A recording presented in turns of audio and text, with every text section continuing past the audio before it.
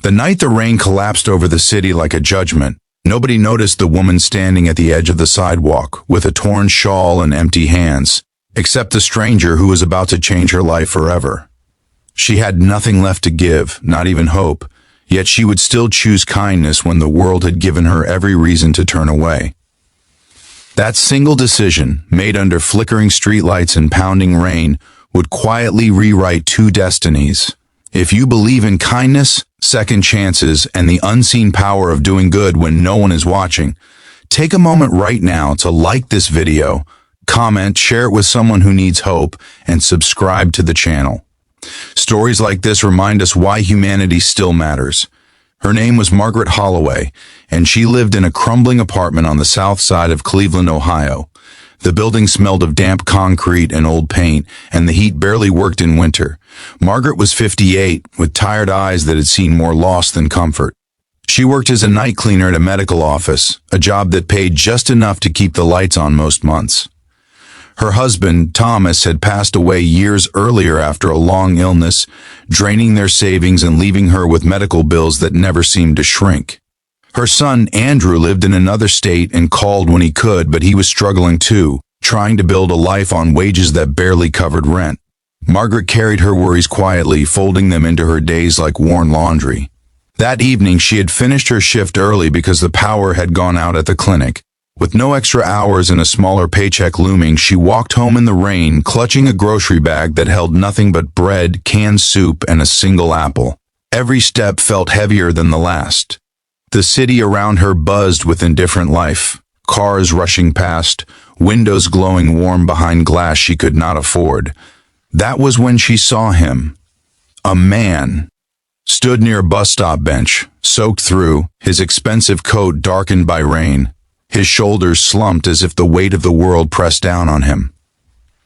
He did not look homeless, but he looked lost in a way Margaret recognized. His hands trembled, and his face was pale, etched with exhaustion rather than hunger.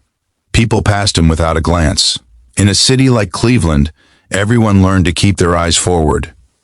Margaret slowed. She told herself she could not afford to stop. She had nothing extra. She was tired, cold, and afraid of what the next month would bring. Yet something in the man's posture, the way he stared at the wet pavement as if it might swallow him, tugged at her heart.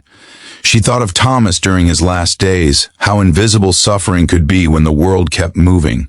She approached him and offered what little she had, half her groceries, a place under her umbrella, directions to a nearby shelter that sometimes had beds when the weather turned cruel. She did not ask his name or his story. She did not expect gratitude. She simply acted because she believed no one should be alone in a storm. The man accepted her help with quiet surprise, as if kindness were a language he had almost forgotten. Margaret walked with him part of the way, sharing the shelter of her umbrella while rain streamed off its edges.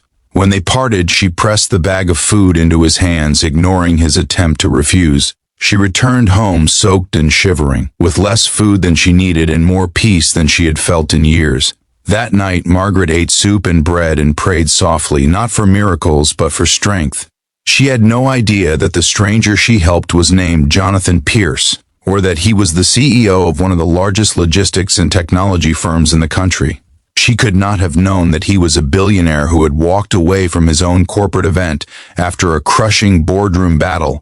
His phone dead, his driver gone, his carefully constructed world cracking under the weight of pressure and betrayal. Jonathan Pierce had everything money could buy and nothing that felt real anymore. That evening, a hostile takeover attempt and internal sabotage had threatened the company he built from nothing. Years of relentless work, missed family moments, and moral compromises had finally caught up with him. He left the gala without notice, choosing rain and silence over champagne and empty praise.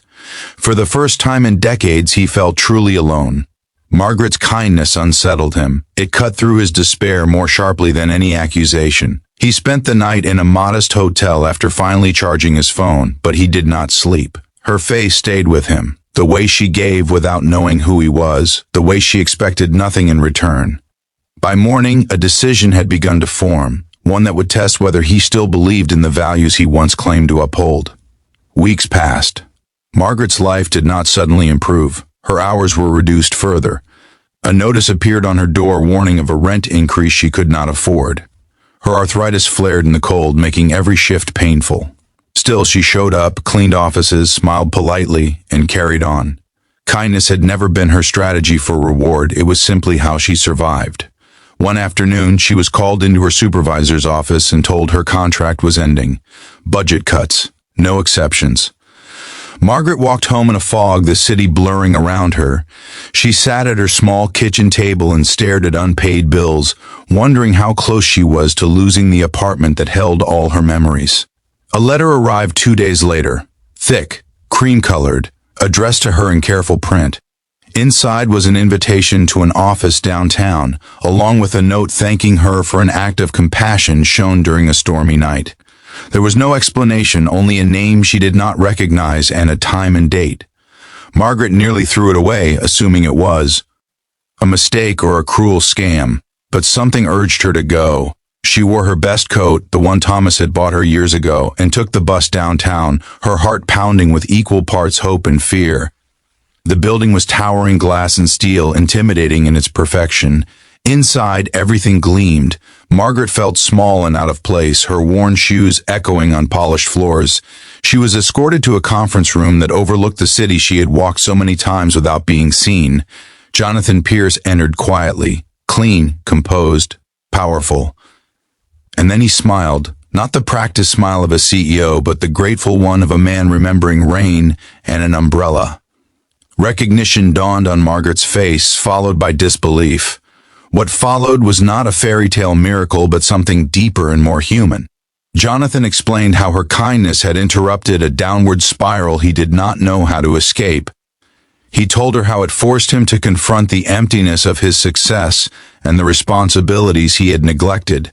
He did not speak in grand promises, only in sincerity. He offered Margaret a job, not as charity, but as purpose, a role in the company's community outreach division, helping shape programs for workers and families struggling like she had.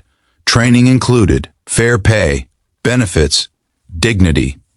More than that, he arranged legal help to resolve her medical debt through legitimate assistance programs his company funded, ones she had never known existed. Margaret cried not because of the money or the job, but because someone had finally seen her. Her life did not transform overnight. She still lived simply. She still rode the bus. But the fear eased. Her days gained meaning beyond survival. She helped design initiatives that provided emergency support for employees, funded shelters, and offered scholarships to children in struggling neighborhoods. Each decision carried the weight of lived experience, and Jonathan listened. Jonathan, too, changed. He stepped back. From reckless expansion, refocused the company's mission, and rebuilt trust within his organization. The board noticed not just improved morale, but stronger long-term performance. Success, it turned out, did not have to come at the cost of humanity. 1 year later, on a rainy evening much like the one that started it all, Margaret stood at a bus stop holding an umbrella. A young man shivered nearby, lost and overwhelmed. Without hesitation, she stepped closer and shared her shelter. The circle continued. If this story touched your heart, if it reminded you that even the smallest act of kindness can ripple into something far greater, please take a moment now to like this video, share it, and subscribe to the channel. Your support helps these stories reach the people who need them most. Before the ending, we have a special request for you. Comment below with the word kindness if you believe compassion still has the power to change lives. Margaret Holloway never became famous. She never appeared on magazine covers or accepted awards. But on one rain-soaked night in Cleveland, Ohio, she proved that true wealth is not measured by what we have, but by what we are willing to give when it costs us the most. And somewhere in the city, under flickering streetlights, kindness continues to walk quietly through the storm, waiting for someone brave enough to stop.